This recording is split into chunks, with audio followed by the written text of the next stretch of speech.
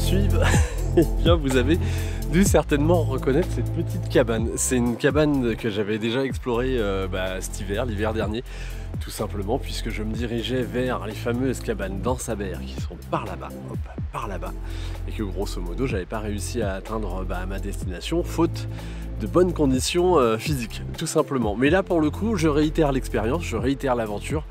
Là pour l'instant ça se passe à merveille, je devrais les atteindre et potentiellement, vu le type de couverture nuageuse qu'on a ici actuellement, je devrais pouvoir faire, je l'espère, un beau coucher de soleil, potentiellement aussi des photos d'étoiles et je l'espère un beau lever de soleil demain sur les espèces de pics qu'on peut trouver au niveau des cabanes d'Ansaber. Donc bienvenue dans ce nouveau vlog, bienvenue dans cette nouvelle aventure et dans la suite même de cette aventure vers les cabanes d'Ansaber.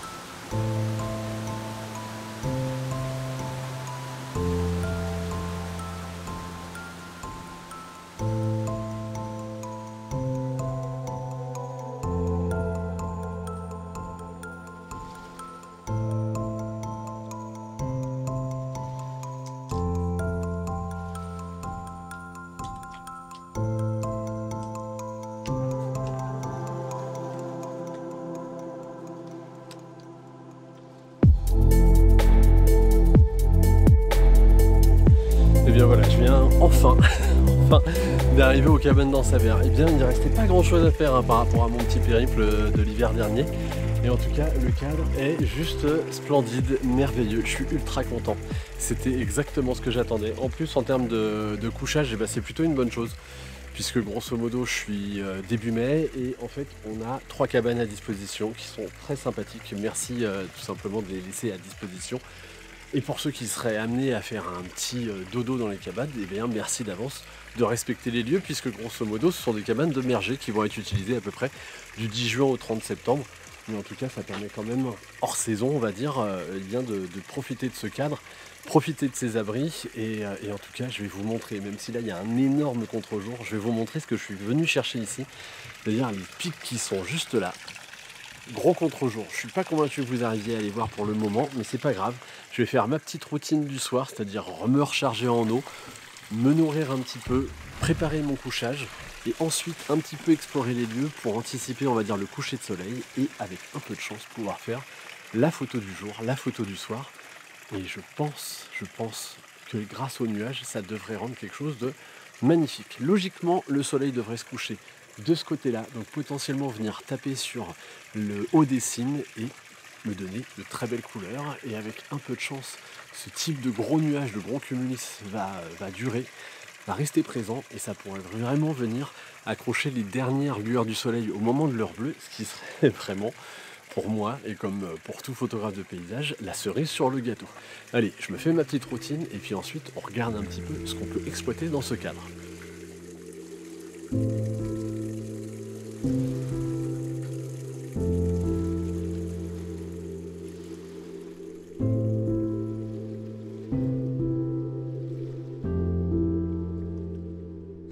Alors, je pense avoir trouvé ma zone pour ce soir.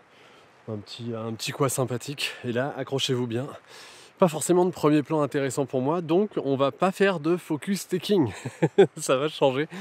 Mais tout simplement une grosse photo panoramique puisque je vais couvrir, je pense, ouais, 140 degrés à peu près.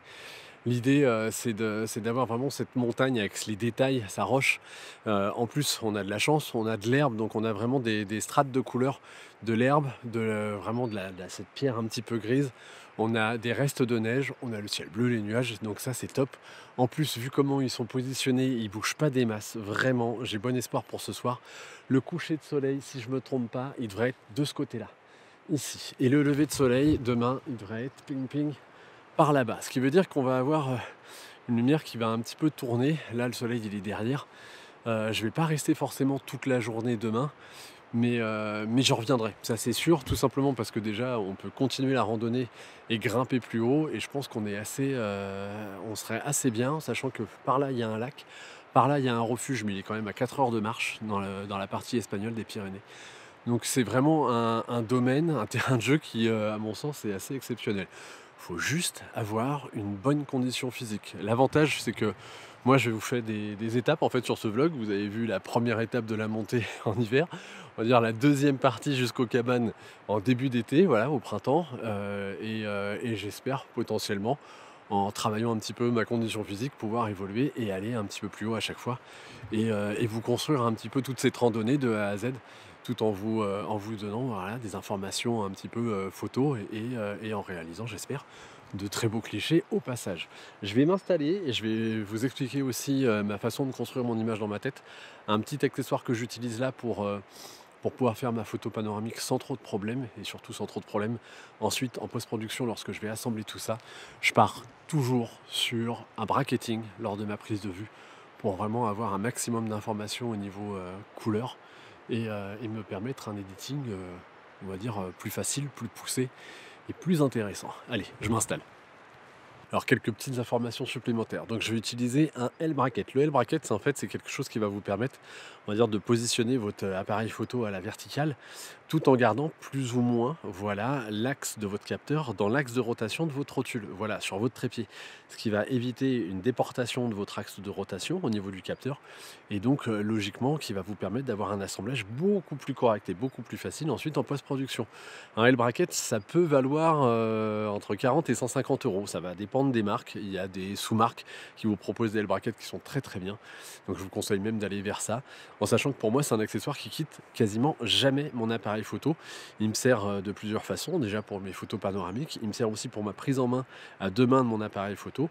Et il me sert aussi à le crocheter avec un mousqueton que je vais ensuite attacher à la ceinture si je veux le transporter facilement. Puisqu'en fait, il y a des L-brackets qui sont complètement fermés sur le côté et qui permettent juste de passer un mousqueton, et ça c'est bien pratique. Moi ce que je vais faire, c'est que je vais faire donc une photo panoramique que je vais constituer de deux bandes panoramiques. Une qui va valoriser un petit peu mon premier plan et on va dire la moitié des montagnes, et ensuite je vais relever, on va dire, mon objectif pour pouvoir faire vraiment tout ce qui est pointe, voilà, culminante de ces montagnes, et le ciel, une bonne partie du ciel, parce que là avec l'objectif que j'utilise qui est un 17-28, et bien en fait mon angle est trop petit, on va dire, pour couvrir toute cette zone là, sinon je ne me permettrai pas de toute façon une photo panoramique. Le gros avantage, voilà, lorsqu'on fait une photo panoramique, c'est qu'on multiplie grandement son angle de vision, c'est à dire qu'on pourrait même faire une photo de panoramique avec un 17 mm en le faisant passer pour un 5 mm par exemple, on va dire, ou alors on peut même prendre un 200 mm, et là si on se complique vraiment la vie, lui aussi le faire passer pour un 5 mm en termes de couverture d'angle. Et ça c'est génial puisque ça va permettre vraiment de compenser, voilà, un petit manque en termes de matériel, en termes d'objectifs. Donc grosso modo, ping ping ping ping, allez, on va dire 15, une trentaine d'images en bracketing, en assemblage, en editing. Et je vais certainement vraiment juste rester là pour pouvoir faire, on va dire, une succession de photos panoramiques. Et avec un peu de chance, comme je le dis toujours, tout va s'enflammer et tout va être merveilleux.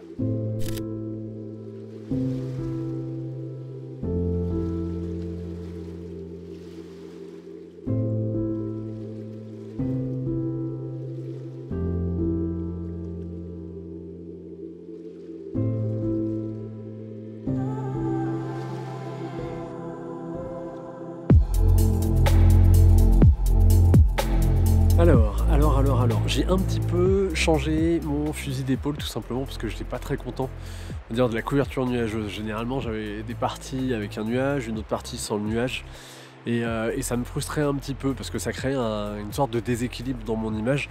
Ce qui fait que l'idée d'une photo panoramique, eh bien, autant elle est née dans ma tête qu'elle a assez rapidement, ça fait au moins 1 heure que je suis là à attendre, assez rapidement disparu. Donc j'ai arrêté ma prise de vue panoramique, je suis passé au grand angle, j'essaye d'anticiper aussi ma prise de vue pour demain matin, tout simplement parce que je me suis un petit peu loupé sur l'orientation du soleil. J'ai pris ma petite boussole, j'ai regardé, et grosso modo, même si je le refais avec vous, hop, voilà, pof, nord, est, ouest, pêche, et voilà, on est plein ouest, plein est, alors que je pensais que le nord était plutôt là et que donc l'ouest était là. Et grosso modo, ça change tout en termes d'éclairage, en termes de contraste. Là actuellement, j'ai quelque chose de très plat.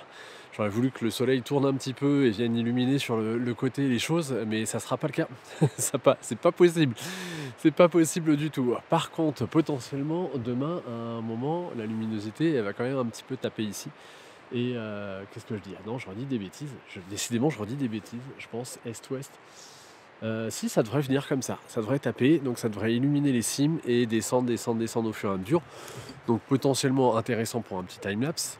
Et j'espère aussi que ça amènera du volume, on va dire, sur mon premier plan, avec un peu de chance. Il y aura des nuages, il y aura ce genre de choses. Mais voilà, c'était juste pour vous dire que j'ai changé mon fusil d'épaule. Là, on part sur du grand angle. Filtre polarisant, grand angle, entre 17 et 20 mm. Et on va voir ce que ça donne. Alors la différence, en tout cas la problématique par rapport à la photo panoramique, c'est que j'ai une grosse déformation des bords, dans le sens où lorsqu'on est en grand angle, eh bien, ça vient un petit peu déformer les choses en perspective, surtout que je tire un petit peu vers le haut. Donc soit j'aurai la possibilité de garder on va dire, cette aberration de perspective, soit je la redresserai dans Lightroom. Là je dirais c'est à voir. À mon sens, après ça c'est deux écoles, c'est complètement différent. À mon sens, moi ça va être plutôt une question d'émotion qui va me faire choisir telle ou telle chose. Il y en a qui vont être beaucoup plus académiques, ils vont dire non, quoi qu'il arrive, je redresse mes lignes. Ça, c'est deux écoles. Moi, je m'y oppose pas.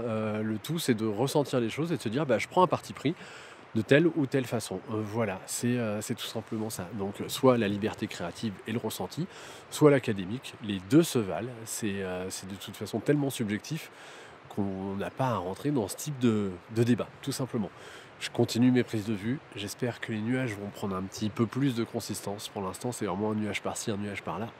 Ça me frustre un peu, mais c'est le jeu, comme d'habitude. Voilà. Après, on dit que je suis parfois un peu bougon, parce que je fantasme. Alors, je reste accroché à mes fantasmes, tout simplement. Allez, on continue.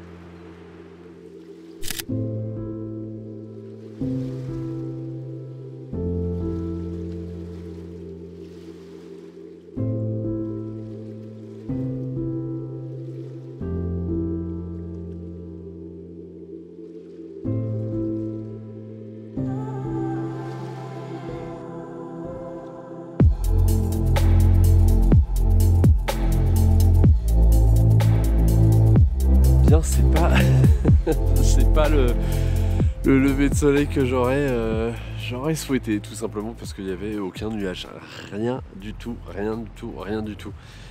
Donc c'était un petit peu frustrant parce que c'est à chaque fois beaucoup d'efforts et là pour le coup pas grand chose en termes d'image. C'est certainement l'editing qui va faire un petit peu la différence.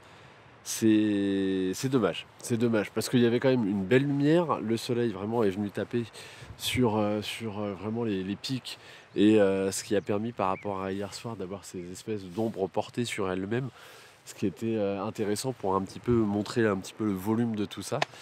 Mais c'est vraiment l'editing, je pense, qui va faire la différence. Je vais partir logiquement vers quelque chose de noir et blanc, d'assez contrasté pour essayer de donner un petit peu de force à cette image, puisque clairement en couleur, à mon sens, ça n'aura pas vraiment de sens et pas assez de force, tout simplement.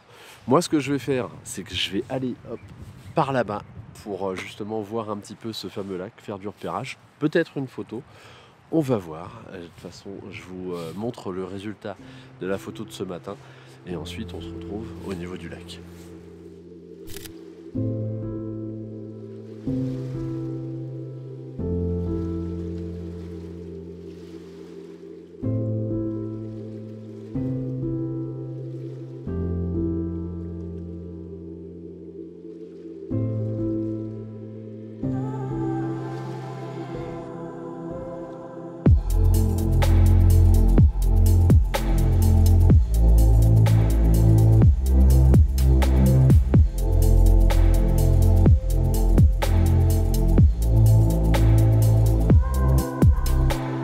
Et bien voilà, je viens d'arriver au niveau du lac, bon, même si celui-ci est encore bien enneigé, j'aurais bien voulu jouer un petit peu sur un reflet avec en arrière-plan la montagne qui se détache derrière moi.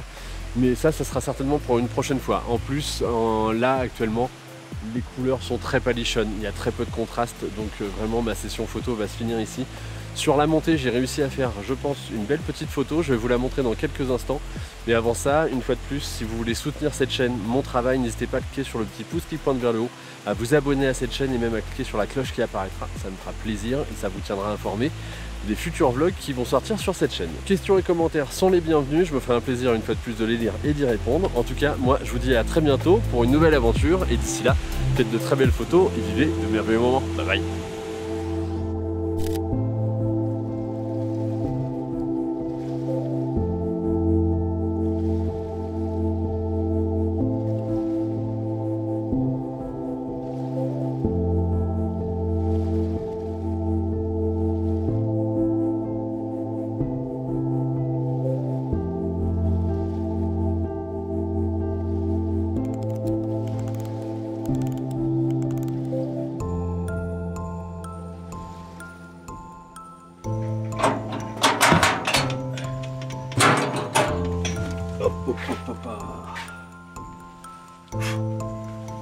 Alors pour ceux qui auraient vu mon voisin Totoro, vous voyez le principe des petites noiraudes qui cavalent partout dans la maison quand on ouvre les fenêtres? Eh bien c'est exactement ça, mais avec des belles araignées bien noires.